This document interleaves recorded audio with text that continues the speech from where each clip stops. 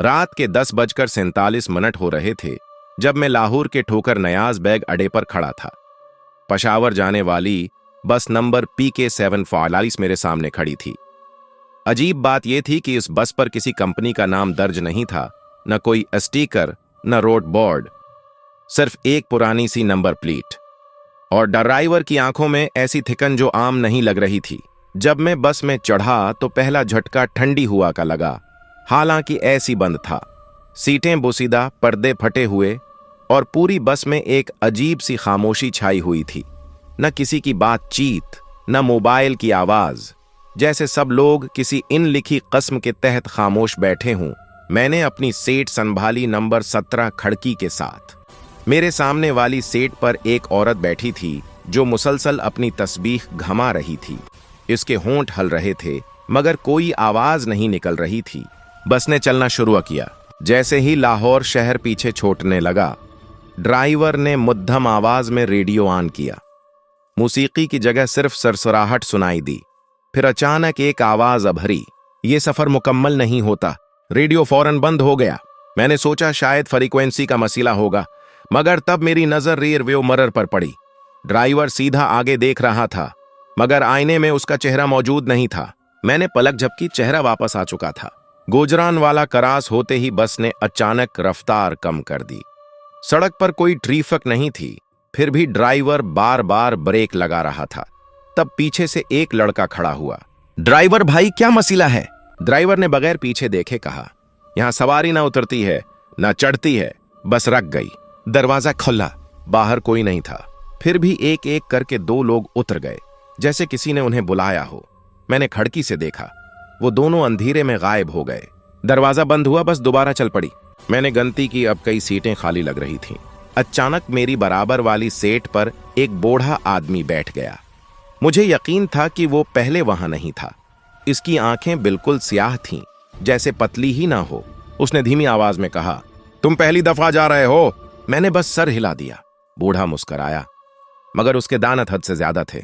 इस सड़क पर रात को जो सो जाए वो अक्सर मंजिल भूल जाता है। जहलम के करीब आते ही बस की लाइटें एक एक करके बंद होने लगें। पहले आगे वाली, फिर बीच की और आखिर में मेरी सीट के ऊपर वाली। अब सिर्फ इमरजेंसी की सरख रोशनी जल रही थी और उसी सरख रोशनी में मैंने देखा बस के अंदर रास्ते में पानी जमा हो रहा था। मगर यह पानी नहीं था, यह खून था।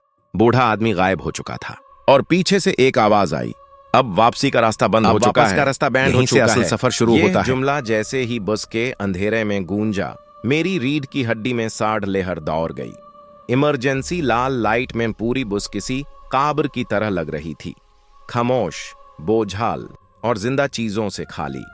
ऐसले में जामा होता, खून धीरे धीरे मेरी सीट के पास आ रहा था, मगर किसी को फर्क नहीं पड़ रहा था, जैसे ये मंजर सिर्फ मुझे दिख रहा हो। मैं खड़ा होना चाहा, मगर मेरी टांगें जैसे जमीन से चिपक गई हों। अचानक ड्राइवर ने आवाज दी। पहली दफा उसने पीछे देखा। "जो अपना नाम भूल चुका हो वो उठ खड़ा हो।" बस में एक औरत उठ खड़ी हुई, मेरी सामने वाली सीट पर बैठने वाली, जो तस्बीह घूमती रहती थी। उसके हाथ अब भी तस्बीह पर थे, मगर दनाए खून से लाल हो चुके थे।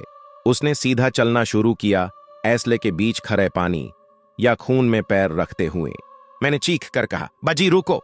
उसने मेरी तरफ देखा और पहली दफा मैंने उसका चेहरा पूरी तरह देखा। आंखें खाली, जैसे किसी ने रूह निकाल ली हो। होंठ हिले, "मैं लाहौर में मर चुकी हूं।" ड्राइवर ने दरवाजा खोला।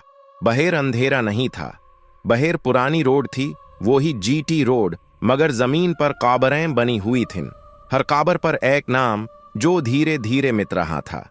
औरत ने एक कब्र पर कदम रखा और मिट्टी उसे निगल गई। दरवाजा बंद। बस फिर चल पड़ी। मेरी सांस रुक रही थी। अब बस में सिर्फ कुछ ही लोग रह गए थे। मैंने गिनती की, 13। पहले 23 थे, फिर 17, अब 13।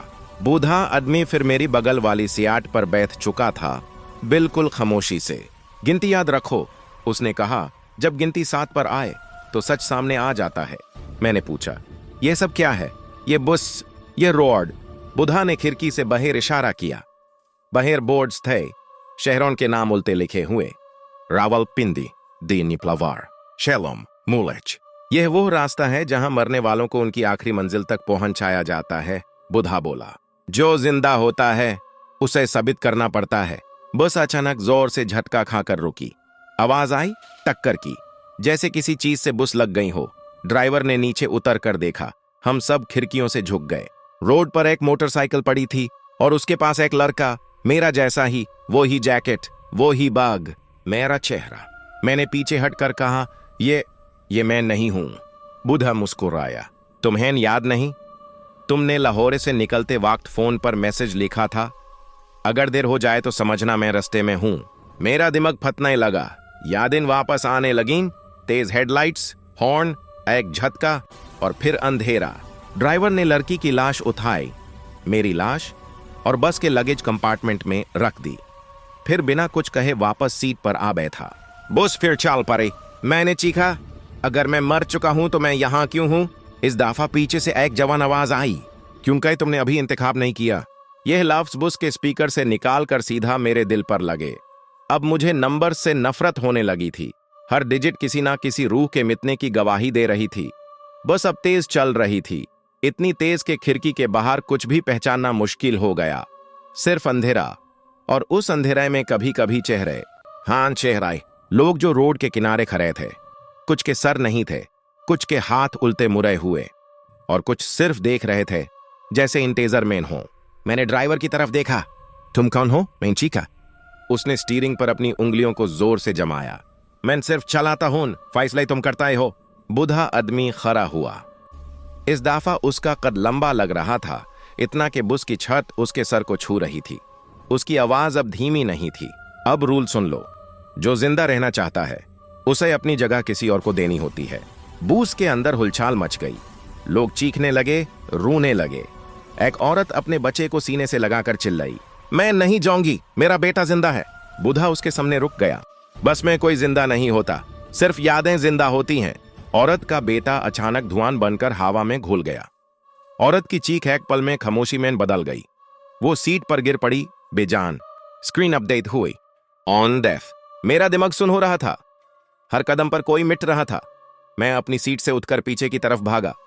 शायद कोई रास्ता, कोई दरवाजा, कुछ भी, मगर पीछे सिर्फ अंधेरा था। अचानक बस रुक गई। इस दफा जगह का नाम बोर्ड पर लिखा था, चक्री ग्रेव स्टॉप।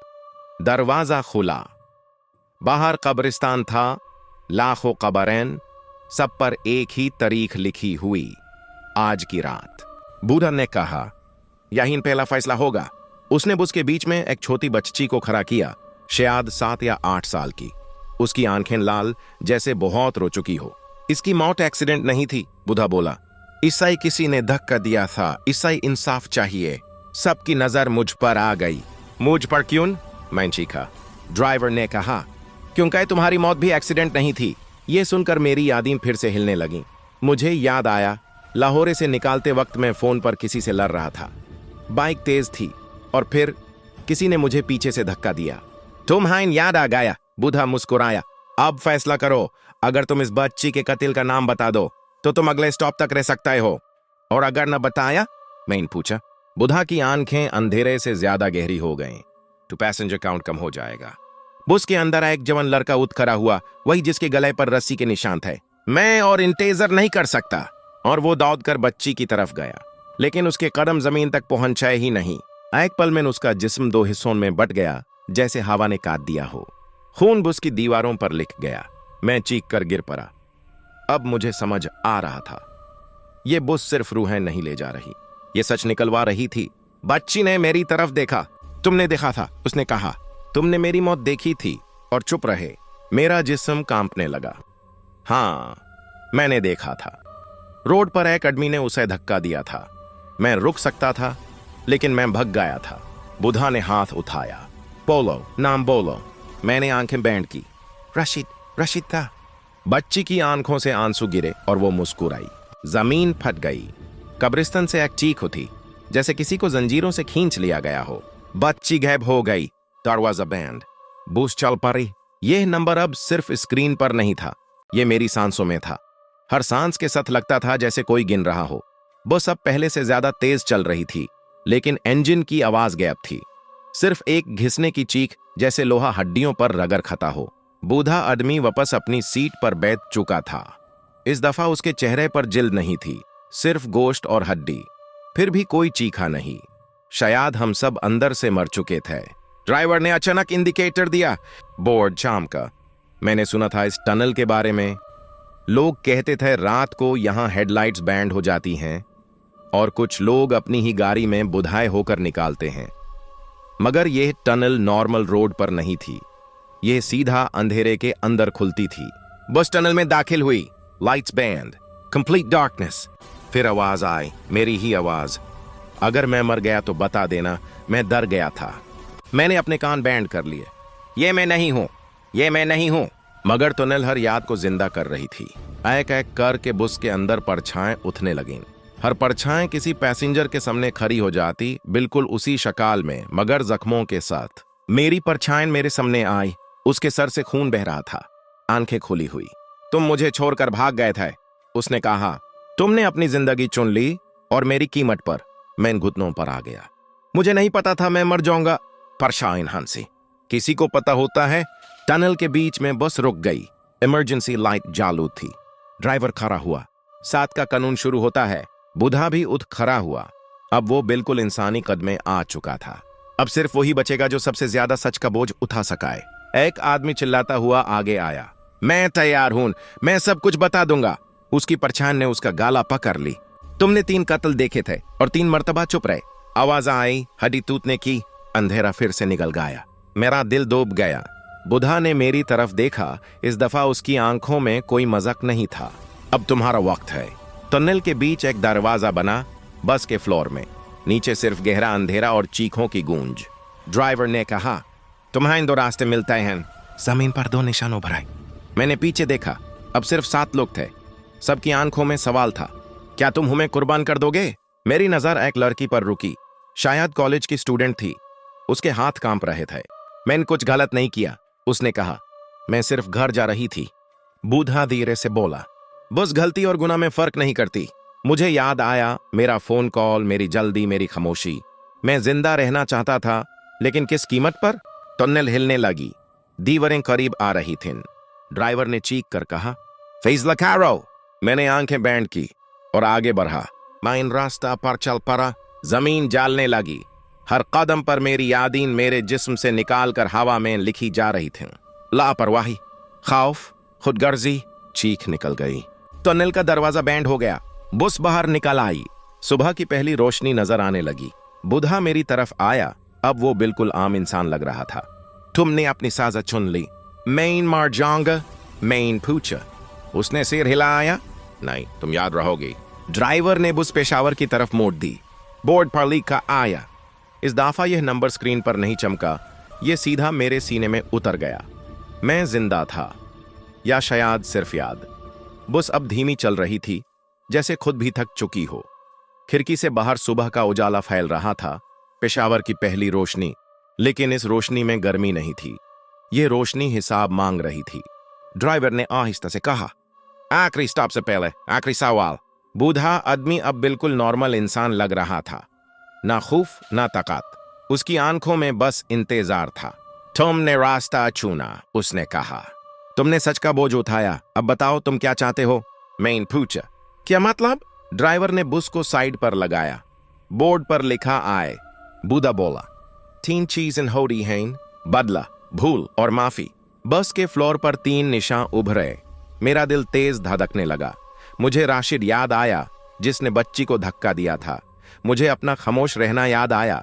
मुझे वो लोग याद आए जो सिर्फ इसलिए मर गए कि हम रुके नहीं। मैं बदला नहीं चाहता, मैंने कहा। भूल भी नहीं। बुधा ने सर झुकाया। फिर तुम्हें कीमत देनी होगी। मैं तैयार हूं, मैंने कहा। बस फिर चल पड़ी। आखिरी किलोमीटर। अचानक खिड़कियों पर मंजर बदलने लगे। हर एक्सीडेंट का लाम्हा जो इस रोड पर कभी हुआ था। हर गाड़ी, हर चीख, हर वो पल जहां कोई रुक सकता था मगर नहीं रुका। पेशावर टर्मिनल नजर आ गया। दरवाजा खुला। इस दफा कोई उतरने वाला नहीं था। ड्राइवर ने इंजन बैंड किया और पहली दफा मुस्कुराया। तुमने माफी चुनी। जमीन पर एक रोशनी बनी, बिल्कुल मेरी शक्ल की। मैं उस रोशनी में कदम रखता गया। हर कदम पर मेरा जिस्म हल्का होता गया, जैसे बोझ उतरता जा रहा हो। बुधा ने आखिरी बात कही, तुम रोड नहीं बनोगे, तुम निशानी बनोगे। अचानक जोर की हवा चली। मैंने पीछे देखा। अब सिर्फ 7 लोग थे। सबकी आंखों में सवाल था, क्या तुम हमें कुर्बान कर दोगे? मेरी नजर एक लड़की पर रुकी। शायद कॉलेज की स्टूडेंट थी। उसके हाथ कांप रहे थे। मैंने कुछ गलत नहीं किया, उसने कहा। मैं सिर्फ घर जा रही थी, बूढ़ा धीरे से बोला। बस गलती और गुनाह में फर्क नहीं करती। मुझे याद आया मेरा फोन कॉल, मेरी जल्दी, मेरी खामोशी। मैं जिंदा रहना चाहता था, लेकिन किस कीमत पर?